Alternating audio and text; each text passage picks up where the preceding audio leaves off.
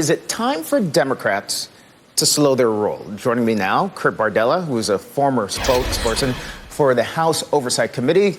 Kurt, you wrote a piece for NBC News Think titled, "Is Trump Impeachment Rushed? Why Democrats Need to Ditch Their Current Timeline." Why do you say that? Well, Kenneth, one of the things that we saw during the kind of pre-Thanksgiving committee hearings that the House Intelligence Committee had was that they packed so much in such a short amount of time. It was almost impossible for anyone in the American public to really digest what was happening. It's part of the reason why impeachment support stayed exactly the same before those hearings and after those hearings. I think Democrats are running into the problem of stepping on top of their own message. They've done a great job having compelling witnesses who have relevant and interesting and important things to say.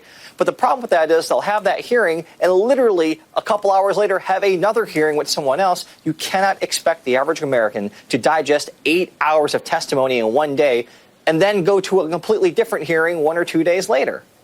Yeah, and you had Jonathan Turley, who was a constitutional lawyer, and Elizabeth Holtzman's here with me still, who was talking this week, who was saying that they need to slow down the process a little bit. I'm curious whether the Nixon process played out much longer than this process, right, Congressman?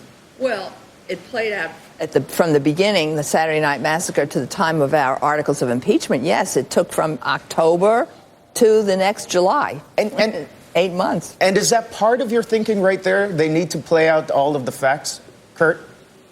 Yeah, I mean, I look at something that actually our good friend Joe Scarborough just tweeted earlier today, which was that what the Democrats are doing right now is building a case that's going to have to stand the test of time. They need to stop worrying about the next election or 2020 or anything that relates to the political cycle and realize that the body of work they're putting forward right now and the process that they're following is something that they are going to be judged on long past this next election. And so I think that they need to take their time, slow down. And the reality is, as we've seen with some of the information that's come out since Thanksgiving, that there's still an ongoing investigation, that the Intelligence Committee is still pursuing new evidence and new inquiries. And it's very difficult to have this process move out and try to rush to finish it by December 20th while still getting new information and new evidence.